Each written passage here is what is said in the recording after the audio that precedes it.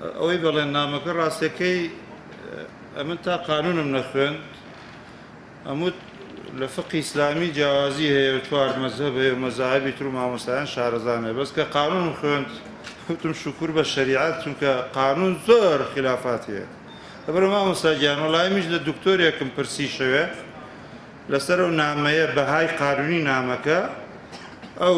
فەرمووی ئاوایە دکتۆرایشی لە بەریتانیا تەواو کردووە دوایش ناوەکەت پێدەم بەڵام ئەگەر من هەڵم کردبێ بەخواوان ساوازام تۆش نت پێکاوە کە وەزیری خارجیە وەکو خۆی نامەی نهێناوە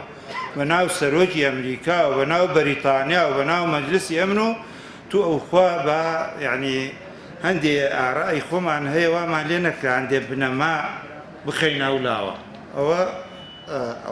وایش نەزانن من بۆ هەمووتانەوەی کە زۆر پشتگیری ڕفراندۆمەکە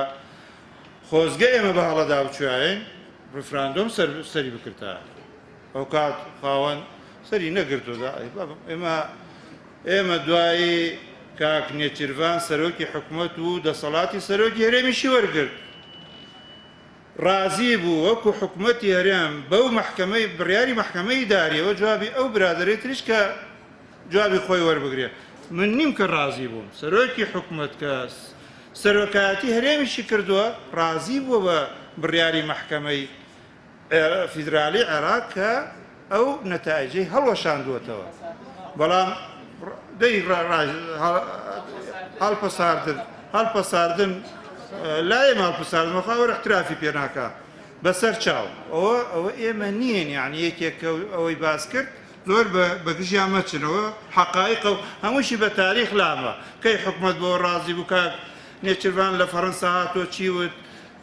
فڵان چیوت چۆنیان کردەمانە هەموو کەی وەزیری خارجە نامەی ناردە هەمووی لە تاریخە نووسراوە و خۆزگە ئێمە چاوێکمان کوێر بووایە و دەوڵەتەکە ئێستا بووایە و پێتانەوە ئێمە دژە دەوڵەتین باسیشمان کرد بۆ تا ئەمەی بەڕێزت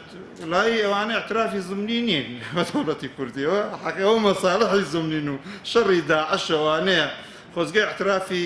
زمنی نە هەر اعترافی عەلەنی بکەن و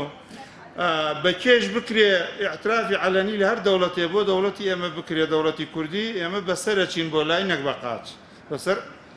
چاوی شەڕ من یەک ئیجازەم بدەیت چون من خەڵ دۆست قورماتووم ئەو ئامانەتەی کە لەوێ لەدایک بوومە و خەڵکی ئێوێم و ئەوە دەبێ بیڵێم ئەگەر ناوچەیەکی کوردستانی زەرمەند بوو بێ لە دەرەنجامی ڕفراندۆم خەڵکی دۆست قورماتوو بووە ئەزان چیان بەسەر هات لە ڕاپەڕینیش خەڵکی دۆست قورماتوو بوو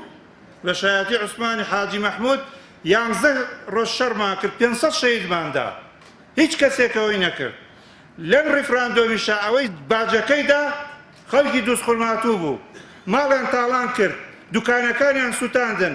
و شەهیدەکانیان ڕاکێشا بە شارعەکانە ئەوە خەڵکی دۆست قورماتوو بوو لەبەرەوە ئەو برادەرەی خانەکەینیش حەز ناکەم زۆر بە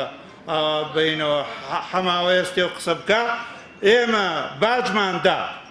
بەڵام یەک تەکلیفیشم ئەخیر تەکلیفم خوا باواز بێنین ئەم خاینە ئەو هەڵەی کردوۆی با دەست لە مل یەک بکەین و هەنگاو بۆ ئایندە بنێن و ئەوەندێش باسی خیانەتی 16 ئۆکتۆبەرەوانە نەکەین یەک شتی عاقلانە کرا وەڵڵای عاقلانە بوو من خەڵکی دووزم خزمم زەرمەند بووە خەڵکم تیا چووە بەڵام دەست خۆش کە کەرکووک وای لێ نەهات وەڵای شەڕ بکرا کەرکووک خراپتری لێ هات ئەوە شتێکی باش کرا چی ناوێنن